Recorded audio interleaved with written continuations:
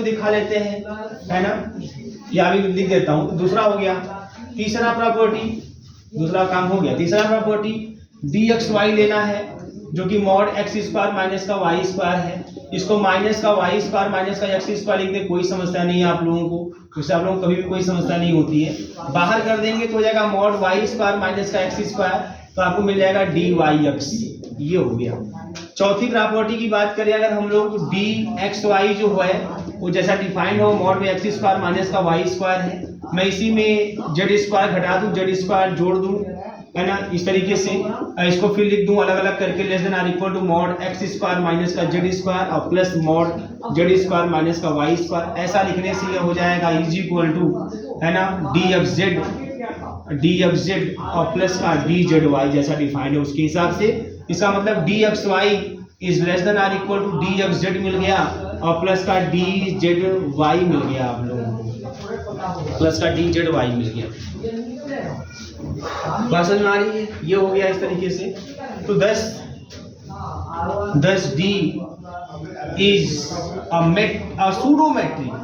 a pseudometric in R, ठीक है ना, pseudometric है ना। इन R क्या, for R लिख देते हैं, for R के लिए pseudometric है ना, नोट में, लेकिन यही है ना। But D is not metric, pseudometric वाले की मेट्रिक नहीं है, बिकॉज क्यों भैया, क्योंकि मेट्रिक के लिए सेकंड का कन्वर्स वाला पार्ट भी प्रूफ होना चाहिए। Because if dxy is equal to 0 अगर आप मान लोगे, इसका मतलब मॉड में एक्स स्क्वायर माइनस का वाई स्क्वायर 0 हो जाएगा, इसका मतलब एक्स स्क्वायर माइनस का वाई स्क्वायर 0 हो जाएगा। देन ऐसे केस में x is equal to plus minus y मिल जाएगा, इसी वजह से मेट्रिक नहीं होगा। मेट्रिक होता तो हमें x इक्वल टू वाई मिलना चाहिए, ठीक है ना। तो ये सही बात है, तो स्पष्ट। तो ये जो आपको डिफाइन करके मैंने डिस्टेंस फंक्शन के रूप में मैपिंग दिया हुआ है, ये सूडो मैट्रिक को फॉर्मेशन करता है, बट ये मैट्रिक नहीं है। Every metric is a pseudo metric होना चाहिए, but every pseudo metric is not necessarily a metric. अगर ऐसा भी कोई क्वेश्चन आता है रिटन एग्जाम में कोई लिखने के लिए कि शो कीजिए कि every pseudo metric is not necessarily a metric, तब ऐसे केस आपको एग्जांपल देना होगा। यही एग्जांपल आप देके दिखा देंगे कि देखिए मैट्रिक तो है, सूडो मैट्रिक तो है, बट ये मैट्रिक नहीं है, ठीक है। ये चीज है, ठीक है ना भैया, बहुत इजी है, कोई समस्या नहीं होनी चाहिए। आप लोग उधर समस्या बन जाओ दूसरी बात है, लेकिन वैसे कोई समस्या नहीं होनी चाहिए। आगे भी तो नहीं है।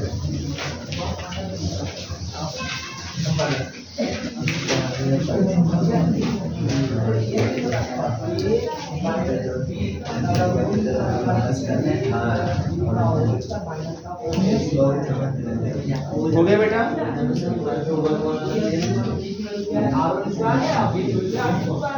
चलिए क्वेश्चन देते हैं आप लोगों को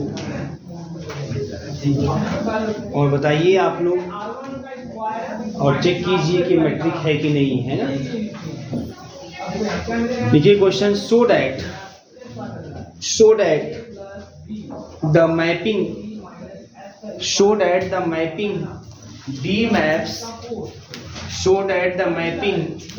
D maps R2 cross R2 to R2। अगर ठीक है सर, अपने लिए R क्रॉस R, हमने R2 इसमें कहने कोई बात ही नहीं, क्योंकि मैं जानता हूँ कि R भी मैं ही सॉल्व करूंगा, R2 भी मैं ही सॉल्व करूंगा। खाली कहने को कि मैं आपको R2 दे रहा हूँ, है ना। डिफाइंड बाई ये डिफाइंड ऐसे बेटा, dxy is equal to maximum of mod x1 minus का y1 कामा मॉड x2 माइनस का गधा गलत लिखाएगा y2 रहेगा। बना लीजिए किताब में भैया आपने, x2 माइनस का y2, ये where x is equal to x1 comma x2 और y is equal to y1 comma y2 और बिलोंग्स टू, ये सब जो बिलोंग्स टू R है, इज मेट्रिक ऑन R2, ये क्वेश्चन है आपका। बोल दिया यहाँ से कि R1 डैश स्क्वायर, अब इसको कैसे कर सकते हैं? R2 dash square R dot then how सीमी कर लीजिए।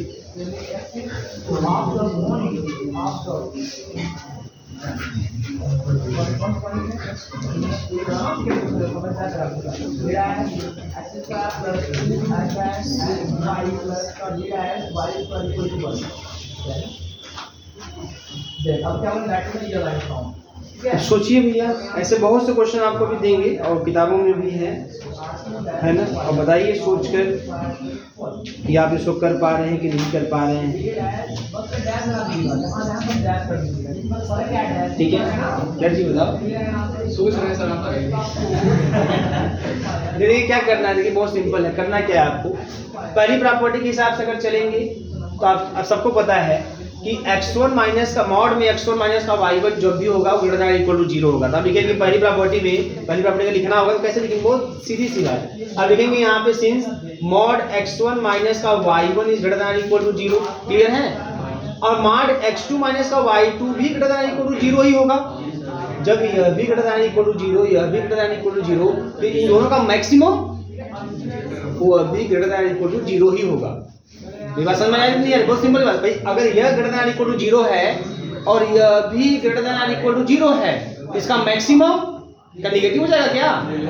जब ये दोनों नॉन निगेटिव हैं, ये दोनों निगेटिव नहीं है, तो इसका मैक्सिमम क्या निगेटिव हो जाएगा, है ना। वो तो कंफर्म जब भी होगा पॉजिटिव होगा या तो 0 होगा। बात समझ में आ रही है ना। तो बोलेंगे कि यह आपका नॉन निगेटिव, यह भी नॉन निगेटिव, इसलिए मैक्सिमम आप, है ना, दोनों को लिख देंगे। यह भी क्या होगा, ग्रेटर देन इक्वल टू 0, इसका मतलब dxy greater than equal to 0 हो गया, पहला काम खत्म। ऐसे लिखना है, समझ रहे हो बात आ रही है? बहुत सिंपल सी बात है। फिर सेकंड में क्या करेंगे आप, सेकंड में आप मानेंगे x is equal to Y. क्या मानेंगे आप? x equal to Y. जैसे ही आप x इक्वल टू वाई मानेंगे, इसका मतलब x क्या है, x1 कामा x2, इसका मतलब x1 comma x2 is equal to y1 comma y2। अच्छा, ये दोनों बराबर कैसे हो पाएंगे बताओ भैया, ये दोनों बराबर कैसे हो पाएंगे? जब x1 बराबर y1 होगा और x2 बराबर y2 होगा। फिर दो आर्डर पे बराबर कैसे होते हैं, तो सबको पता है ना। अगर AB बराबर CD है तो A बराबर C, B बराबर D, तब आर्डर पे बराबर होंगे। मतलब पहला पहले के बराबर, दूसरा दूसरे के बराबर, तभी दो आर्डर पे बराबर होंगे। बात समझ आ रही है ना। तो ये बराबर, अब जब x1 is equal to y1 होगा तो मॉड x1 माइनस का y1 क्या होगा, 0 मिलेगा आपको। ट्रांसफर करोगे तो बराबर 0 और उसका मॉडुलस भी 0। और जब x2 बराबर y2 होगा तो मॉड में x2 माइनस y2 भी क्या हो जाएगा, 0। जब यह भी 0 यह भी 0, तो इसका मैक्सिमम क्या हो जाएगा, 100 हो जाएगा, वो भी 0 आएगा ना। तो इसका मैक्सिमम तो लिखेंगे मैक्सिमम यह कामा यह बराबर 0, इसका मतलब dxy बराबर 0। ऐसे कन्वर्स भी चलोगे। समझ पा रहे नहीं पा रहे? तो हम आशा करते हैं कि आप एकदम प्रयास करोगे, प्रयास करिएगा, नहीं होगा कल इस पर और क्वेश्चन कराएंगे, ठीक है।